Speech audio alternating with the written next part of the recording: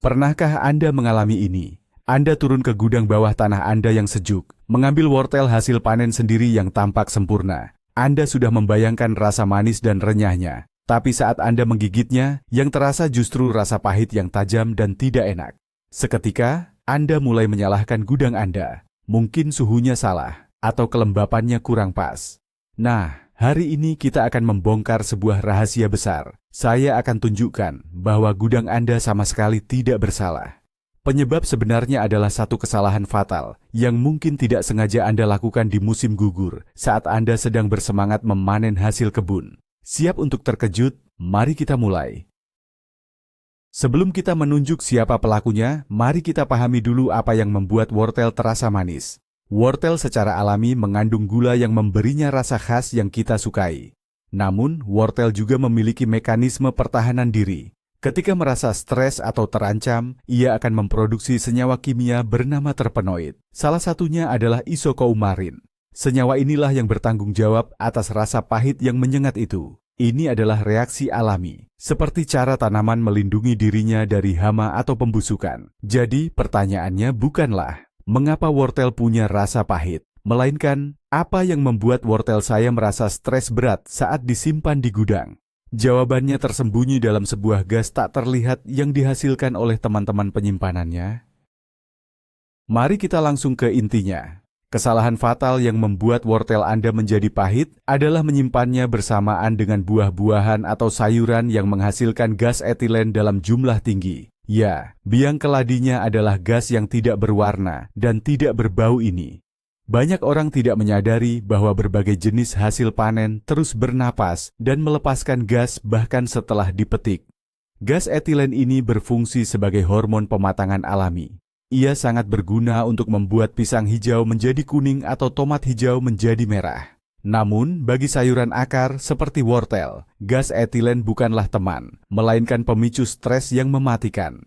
Kehadirannya di udara sekitar wortel mengirimkan sinyal bahaya yang memaksa wortel untuk mengaktifkan mekanisme pertahanannya dan membanjiri dirinya dengan senyawa pahit.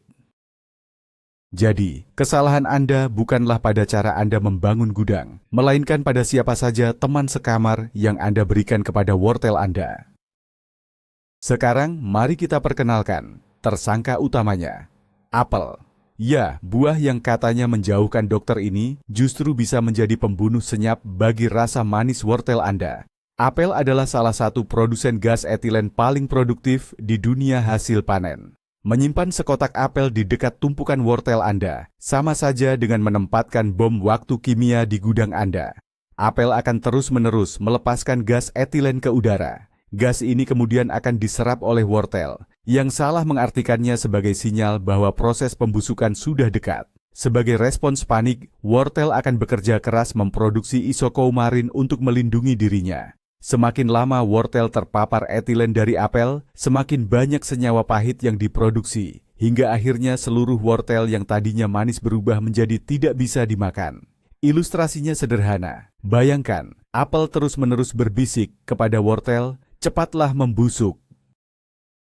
Dan wortel menanggapinya dengan menjadi pahit. Tentu saja, apel bukanlah satu-satunya penjahat dalam cerita ini. Ada banyak buah lain yang juga merupakan produsen etilen kelas berat. Pir, misalnya, sangat mirip dengan apel dalam hal ini. Mereka melepaskan gas etilen dalam jumlah besar saat matang, jadi menyimpannya di dekat wortel akan memberikan efek yang sama persis.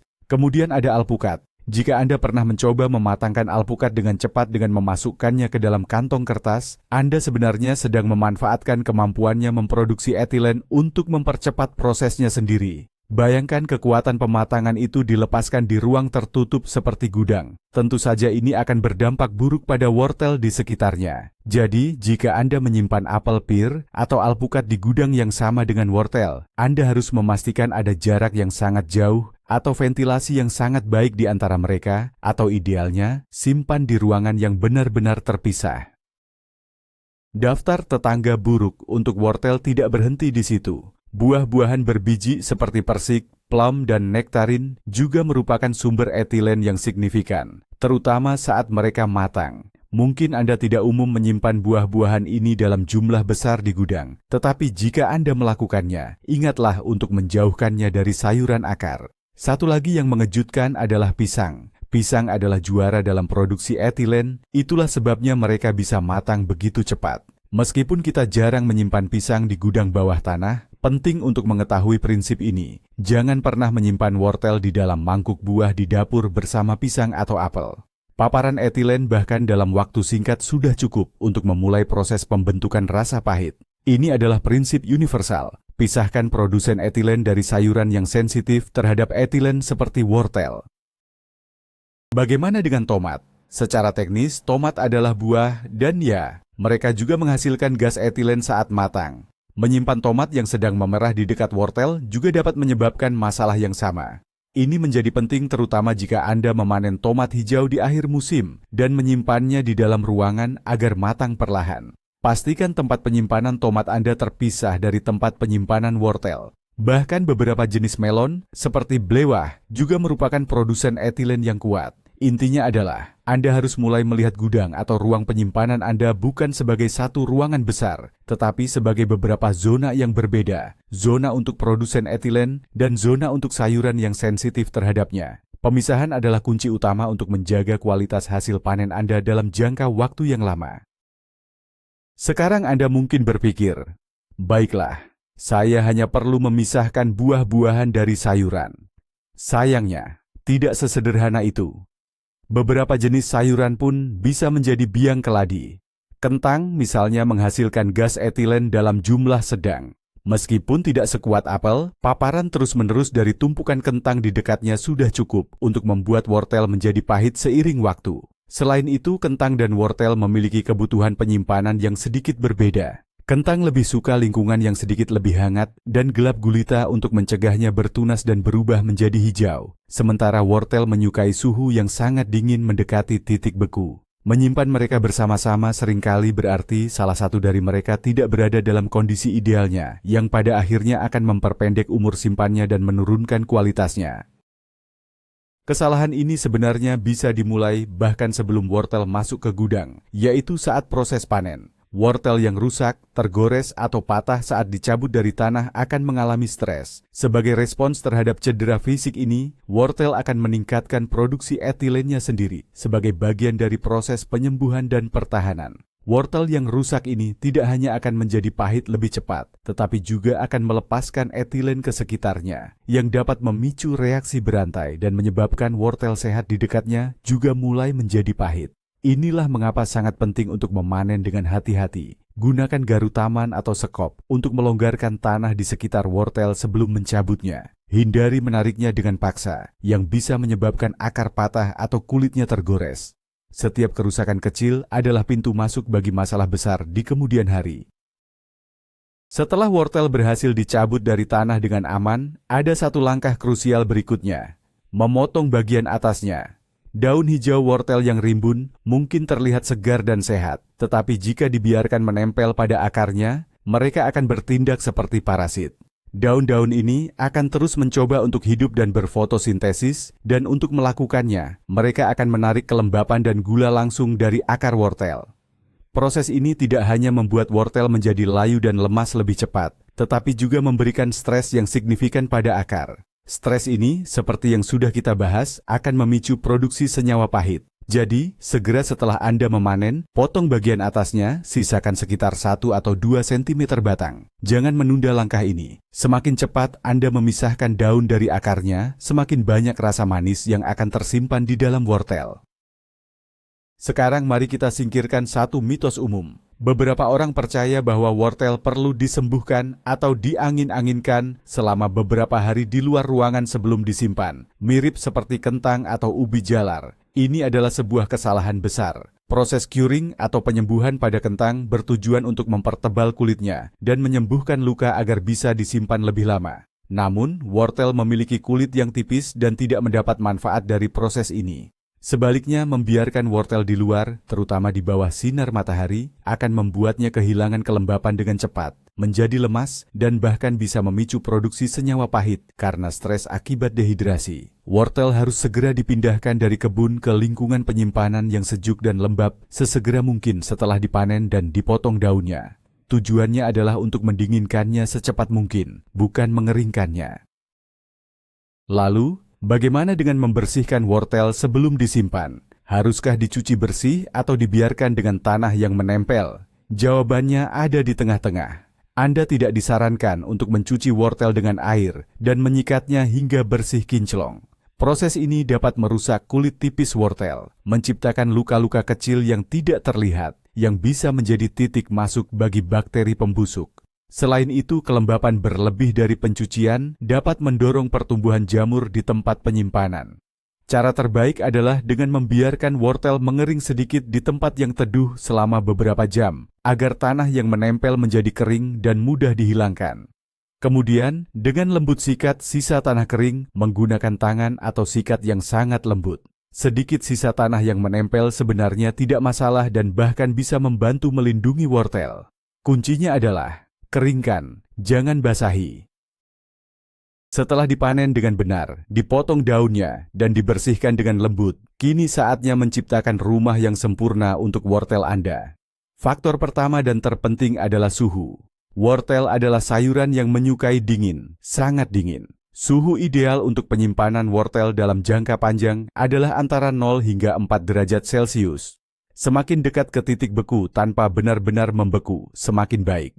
Pada suhu ini, proses respirasi dan metabolisme wortel akan melambat secara drastis. Ini berarti wortel akan lebih lambat kehilangan gula dan kelembapannya, serta produksi etilennya sendiri akan berada pada level minimum. Jika gudang Anda suhunya lebih hangat dari ini, umur simpan wortel akan berkurang secara signifikan. Jadi, temukan titik terdingin di gudang atau ruang bawah tanah Anda dan jadikan itu sebagai area khusus untuk wortel. Selain suhu dingin, faktor krusial kedua adalah kelembapan. Wortel terdiri dari sekitar 88% air. Jika disimpan di lingkungan yang kering, air ini akan menguap dengan cepat, menyebabkan wortel menjadi layu, keriput, dan kehilangan kerenyahannya. Kelembapan ideal untuk menyimpan wortel adalah sangat tinggi, sekitar 90 hingga 95%. Ini adalah kondisi yang sangat lembab, mirip dengan di dalam laci sayuran di kulkas Anda. Mencapai tingkat kelembapan ini di gudang bisa menjadi tantangan. Lingkungan yang terlalu kering adalah musuh utama wortel setelah gas etilen. Inilah sebabnya mengapa menyimpan wortel begitu saja di rak terbuka di gudang yang kering adalah resep untuk kegagalan. Wortel akan berubah menjadi lembek dan tidak menarik hanya dalam beberapa minggu. Kita perlu cara untuk mengunci kelembapan di sekitar wortel. Disinilah metode penyimpanan klasik menggunakan media tertentu berperan. Salah satu cara terbaik untuk menjaga suhu dingin dan kelembapan tinggi secara konsisten adalah dengan mengubur wortel di dalam sebuah wadah. Anda bisa menggunakan kotak kayu, ember, atau bahkan tempat sampah plastik besar. Isi wadah tersebut dengan media yang sedikit lembab, seperti pasir, serbuk gergaji, atau lumut gambut. Caranya adalah dengan meletakkan lapisan media di bagian bawah, kemudian susun wortel di atasnya, pastikan wortel tidak saling bersentuhan. Tutupi lapisan wortel itu dengan media lagi, lalu tambahkan lapisan wortel berikutnya, dan begitu seterusnya, seperti membuat lasanya. Media ini berfungsi sebagai isolator, menjaga suhu tetap stabil, dan yang terpenting, menjaga kelembapan di sekitar setiap wortel secara individual, mencegahnya mengering. Metode ini juga membatasi sirkulasi udara, yang membantu menekan penyebaran penyakit jika ada satu wortel yang mulai membusuk. Bagaimana jika Anda tidak memiliki gudang bawah tanah atau ruang untuk kotak besar berisi pasir? Jangan khawatir, Anda masih bisa menyimpan wortel dengan sukses di kulkas. Kuncinya adalah meniru kondisi gudang yang ideal, dingin, lembab, dan terisolasi. Cara termudah adalah dengan menggunakan kantong plastik berlubang. Lubang-lubang kecil pada kantong memungkinkan terjadinya sedikit pertukaran udara untuk mencegah kondensasi berlebih yang bisa menyebabkan pembusukan, tetapi tetap mampu menahan tingkat kelembapan yang tinggi di dalam kantong. Masukkan wortel yang sudah bersih dan kering ke dalam kantong, jangan terlalu penuh, dan simpan di laci sayuran kulkas Anda, yang merupakan bagian terdingin dan paling lembab. Dengan metode ini, wortel bisa tetap renyah dan manis selama beberapa bulan. Ingat, Jangan pernah menyimpan wortel telanjang di rak kulkas, karena udara dingin yang kering di kulkas akan membuatnya layu dalam hitungan hari. Penting juga untuk memahami bahwa wortel yang berbeda memiliki potensi penyimpanan yang berbeda pula. Secara umum, varietas wortel yang ditanam untuk panen utama di musim gugur, seperti Danvers atau Chantenay, cenderung memiliki kulit yang lebih tebal dan kandungan gula yang lebih tinggi, yang membuat mereka lebih cocok untuk disimpan dalam jangka waktu lama. Sebaliknya, varietas wortel musim semi atau musim panas yang lebih cepat matang biasanya lebih lembut dan memiliki kandungan air lebih tinggi, sehingga lebih baik dikonsumsi segar dan tidak akan bertahan lama dalam penyimpanan. Jadi, saat merencanakan kebun Anda, jika tujuan Anda adalah memiliki persediaan wortel sepanjang musim dingin, pilihlah varietas yang secara spesifik dilabeli sebagai baik untuk penyimpanan. Ini akan memberikan Anda keuntungan awal yang besar dalam upaya menjaga kualitas hasil panen Anda. Meskipun Anda telah melakukan segalanya dengan benar, penting untuk tidak hanya melupakan wortel Anda di gudang. Lakukan inspeksi rutin setidaknya sebulan sekali. Buka kotak penyimpanan Anda dan periksa beberapa wortel secara acak. Cari tanda-tanda awal pembusukan, seperti bintik-bintik lunak, jamur, atau bau yang aneh. Jika Anda menemukan satu wortel yang mulai rusak, segera keluarkan dari kotak beserta media di sekitarnya. Satu wortel busuk dapat dengan cepat menyebarkan pembusukan ke tetangganya, dan juga akan melepaskan lebih banyak gas etilen sebagai respons stres yang berpotensi merusak seluruh isi kotak. Pemeriksaan rutin ini adalah tindakan pencegahan sederhana yang dapat menyelamatkan sebagian besar hasil panen Anda dari bencana. Anggap saja ini sebagai pemeriksaan kesehatan bulanan untuk sayuran Anda. Ada satu lagi tetangga yang harus diwaspadai di gudang, dan ini bukanlah buah atau sayur, melainkan mesin. Beberapa peralatan seperti mesin pemanas yang menggunakan bahan bakar, atau bahkan mobil yang diparkir di garasi yang terhubung dengan gudang, dapat mengeluarkan gas etilen sebagai produk sampingan dari pembakaran yang tidak sempurna. Meskipun jumlahnya mungkin kecil, paparan jangka panjang di ruang tertutup dapat berkontribusi pada masalah rasa pahit pada wortel.